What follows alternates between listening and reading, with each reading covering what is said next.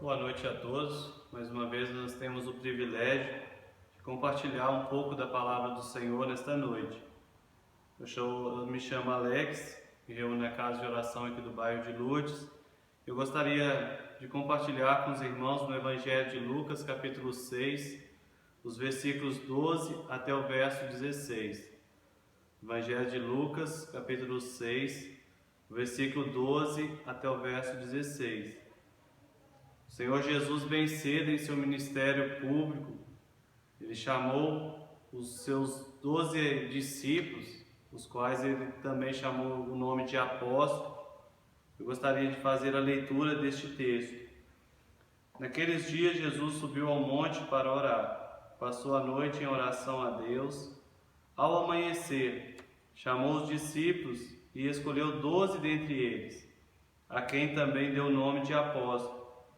Simão, a quem chamou Pedro, André, seu irmão, Tiago e João, Filipe e Bartolomeu, Mateus, Tomé, Tiago, filho de Alfeu, e Simão, chamado Zelote, Judas, filho de Tiago, e Judas Iscariote, que foi o traidor. Quando nós olhamos para o versículo 12 desse texto, nós podemos contemplar que o Senhor Jesus ele passou a noite em oração, orando ao seu Pai, antes de ele escolher os 12. Sabemos que o Senhor sabia da grande responsabilidade em escolher os apóstolos, para dar continuidade da sua obra aqui neste mundo, para darem continuidade do seu ministério aqui neste mundo. E é interessante também que Lucas é o único evangelista que menciona que o Senhor Jesus passou a noite em oração.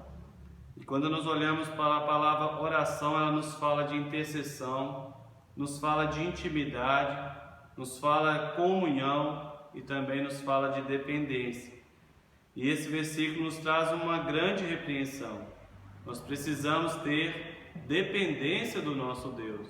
Mesmo nas nossas escolhas, precisamos levar e termos a dependência do nosso Deus. E podemos observar e notar aqui nesses versículos que o Senhor Jesus deu o sobrenome a 3 dos discípulos. Pedro é Simão, em que pôs o nome de Pedro, e Tiago e João, que deu o nome de Boanerges, que significa filho do trovão. É interessante a gente observarmos sobre isso. E entre os 12 discípulos, 3 foram escolhidos para ocupar um lugar especial, um lugar de intimidade com o Senhor. Eles participaram de 3 ocasiões em que desfrutaram deste privilégio. Isso é interessante a gente observarmos. E eles chamam Pedro, Tiago e João. Eles desfrutaram de 3 ocasiões especial, com intimidade ali com o Senhor, vendo os prodígios que o Senhor estava fazendo.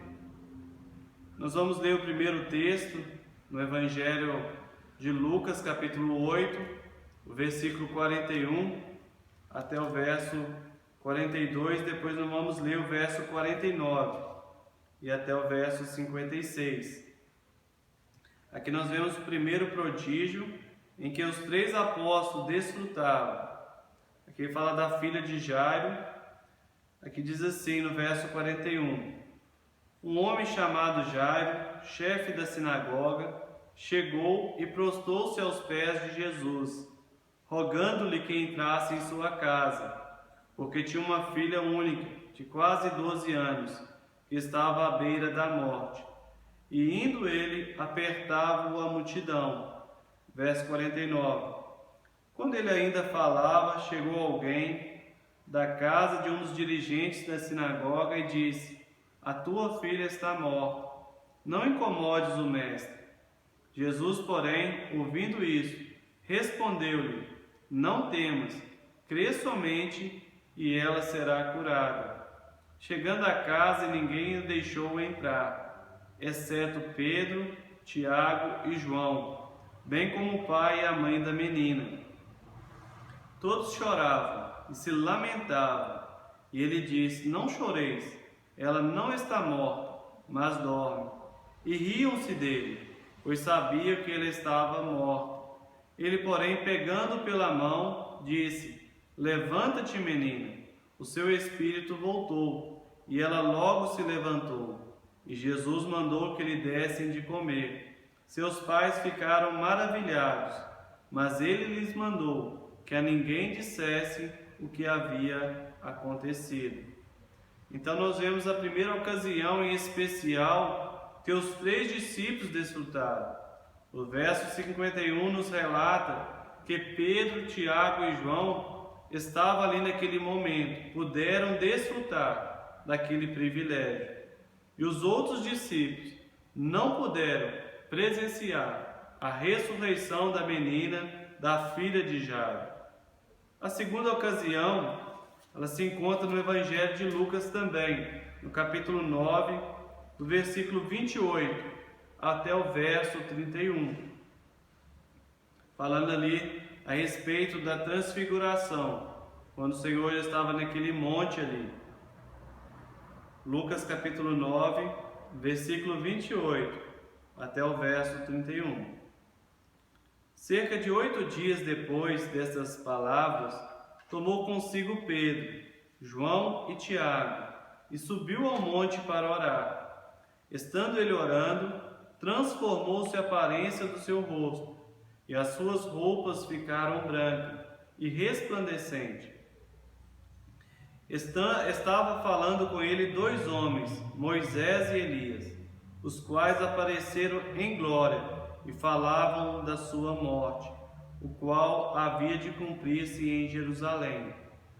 Um outro texto que eu gostaria de observar se encontra em Mateus 17, o verso 2, falando como o rosto do Senhor ficou ali. 17, o verso 2, Mateus. Ali Jesus foi transfigurado diante deles. O seu rosto brilhou como o sol, e as suas roupas se tornaram brancas como a luz. Ali no Monte da Transfiguração, somente esses 3 discípulos puderam contemplar a glória do Senhor.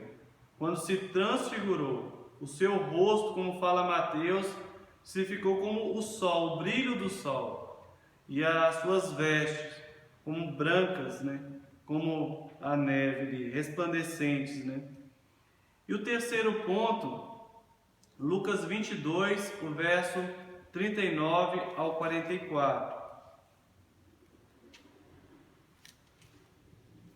Evangelho de Lucas, capítulo 22, versículo 39 até o verso 44. Jesus saiu e, como de costume, foi para o Monte das Oliveiras. Os seus discípulos seguiram.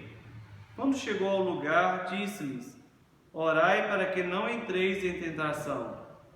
Afastou-se um pouco dele e, colocando-se de joelhos, orava, dizendo: Pai, se queres, passa de mim este cálice. Todavia não se faça a minha vontade, mas a tua. Então lhe apareceu um anjo do céu que o confortava. Em agonia orava mais intensamente. O seu suor tornou-se em grandes gotas de sangue que caíam no chão. E aqui nos fala da terceira ocasião em que esses 3 discípulos puderam desfrutar daqueles milagres que o Senhor fizera. Mas aqui no Getsêmani, os 8 discípulos foram deixados para trás, enquanto somente os 3 puderam acompanhar o Senhor mais um pouco ali. E quando nós olhamos para esse versículo 44, em agonia, orava mais intensamente. O seu suor tornou-se em grandes gotas de sangue que caíam no chão. Aqui nós podemos observar o sofrimento do Senhor Jesus. O Senhor Jesus estava prevendo já, estava próximo do seu sofrimento, ali do seu sacrifício ali na cruz do Calvário, e aqui nos fala que em agonia orava mais intensamente. E quando nós olhamos para essas 3 ocasiões, elas são bem sugestivas. Primeiro fala da ressurreição, a segunda fala da glorificação e a terceira fala do sofrimento do Senhor Jesus. os três puderam presenciar uma manifestação do poder do Senhor Jesus. Ali na casa de Jairo, a ressurreição daquela menina, e também puderam contemplar a beleza da sua majestade, ali no Monte da Transfiguração. E por fim, nos fala da agonia ali do Getsêmani, todo o sofrimento, toda a angústia que o Senhor mostrou ali a sua perfeita humanidade. O Getsêmani foi uma antecipação do Calvário. O Senhor sabia do grande fardo que Ele ia levar. O Senhor sabia do grande peso dos nossos pecados que estava sobre os seus ombros. O Senhor estava antecipando o seu sofrimento ali no Calvário. E nós podemos observar, né? Nós muitos já teve um encontro com o Senhor, já tiveram reconhecer os nossos pecados diante do Senhor, e nós somos salvos para servir o nosso Deus, pois nós fomos comprados por bom preço. O Senhor não foi ouro, não foi prata, mas foi o precioso sangue do Senhor Jesus que foi derramado ali naquele madeiro. E aquele sangue pôde nos justificar, cumprindo assim a justiça divina. E nós não devemos esquecer que nós pertencemos ao Senhor Deus. Nós somos seus filhos, nós somos salvos para servir ao Senhor. A nossa vida não pertence mais a nós, mas deve pertencer ao Senhor Deus. E quando nós olhamos para a palavra apóstolo, ela significa enviado. E eu estava pensando que cada pessoa salva, ela é um enviado para levar o Evangelho. Ela é um enviado para levar o Evangelho às outras criaturas. Nós vamos ler um texto em Marcos, capítulo 16, o versículo 15. Ali nós vemos uma ordenança do Senhor que deixou para cada salvo em Cristo, para cada crente no Senhor, para cada crente que já recebeu o Senhor, e tem essa ordenança em servir ao Senhor, em anunciar este Evangelho.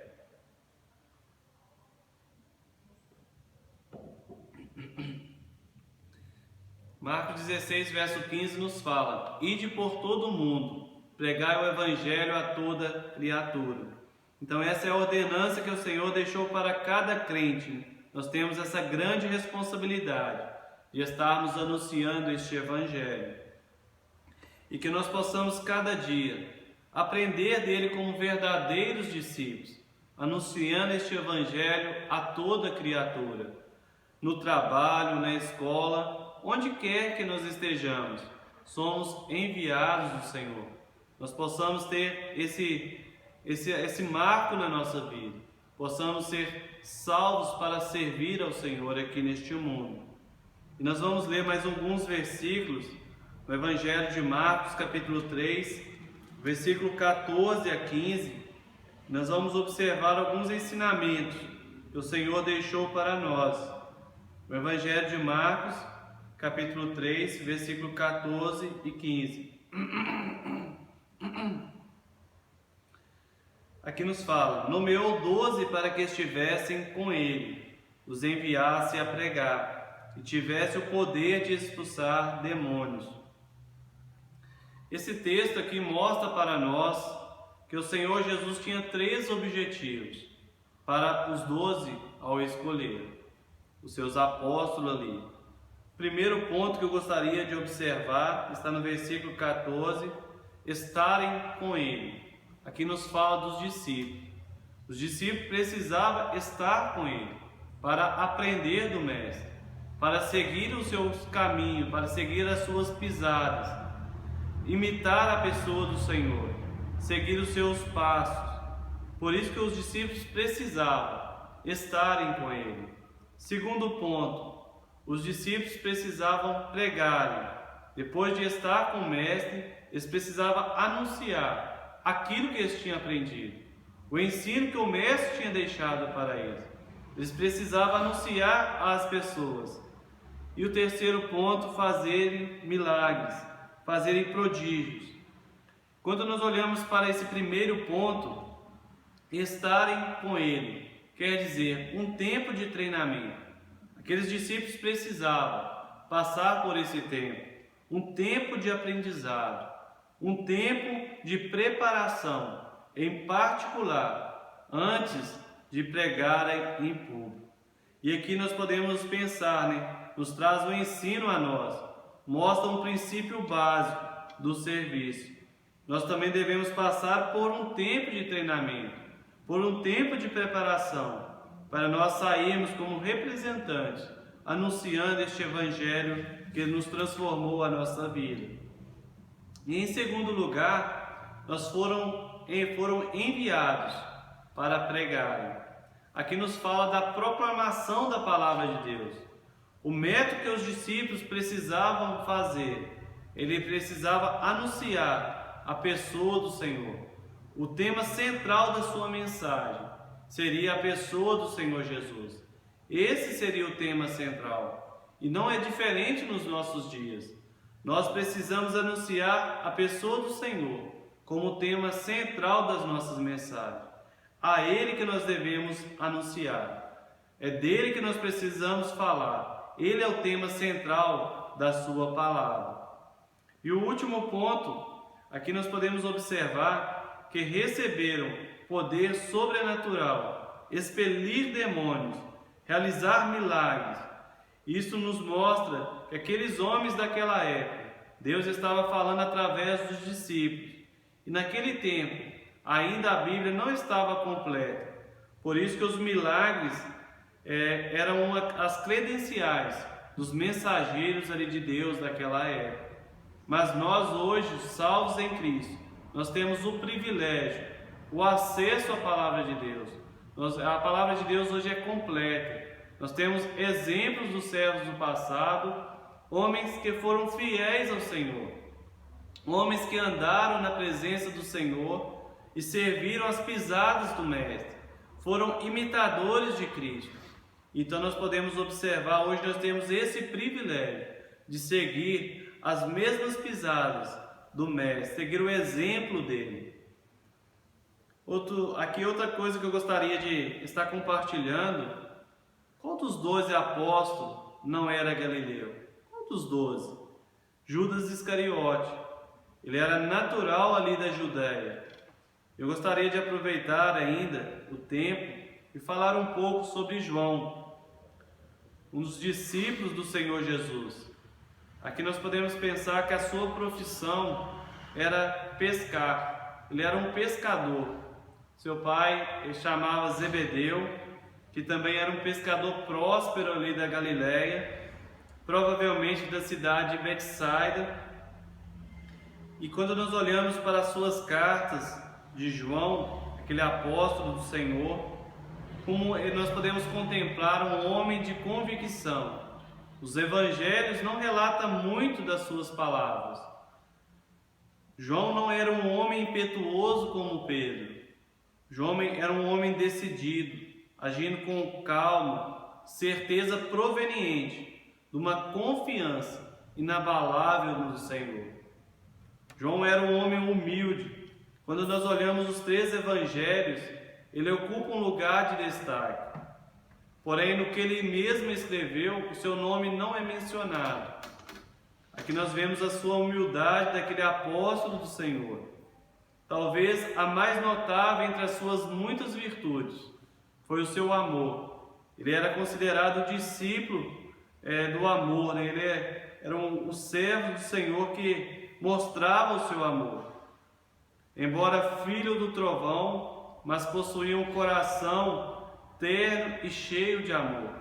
Ele escreveu tanto sobre o amor que até hoje ele é chamado de o apóstolo do amor. E nós podemos observar no seu evangelho, ele relatou do grande amor do Senhor Jesus.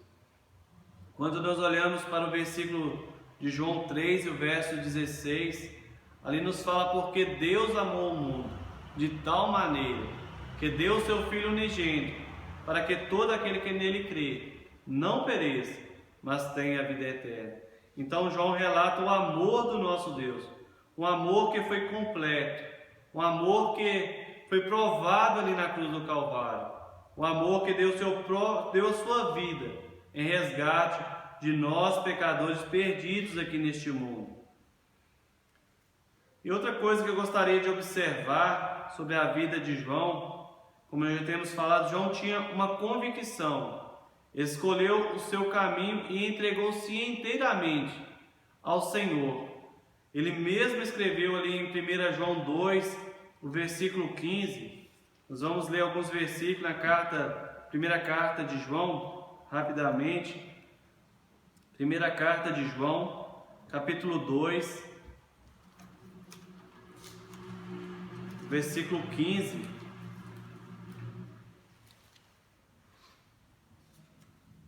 Dizendo assim: não ameis o mundo, nem o que há no mundo. Se alguém ama o mundo, o amor do Pai não está nele. Nós, salvos em Cristo, não podemos andar como o mundo, não podemos andar como a nossa velha natureza. Nós precisamos andar em novidade de vida. O nosso eu não podemos mais pertencer a nós. Nós precisamos mudar a nossa vida. Não temos como servir a Deus e ao mundo. Ou vamos odiar um e amar o outro. Não há possibilidade de nós amarmos os dois. E João aqui ele nos adverte explicitamente, pois o amor pelo mundo não é compatível com o amor pelo Pai. E que nós, salvos em Cristo, possamos ser imitadores, como João foi de Cristo, como João seguiu as pisadas do Senhor, vivendo separados aqui deste mundo, para nós dedicarmos inteiramente ao nosso Deus. E o último versículo que eu gostaria de ler está no capítulo 4 da primeira carta de João, os versículos 7 e 8.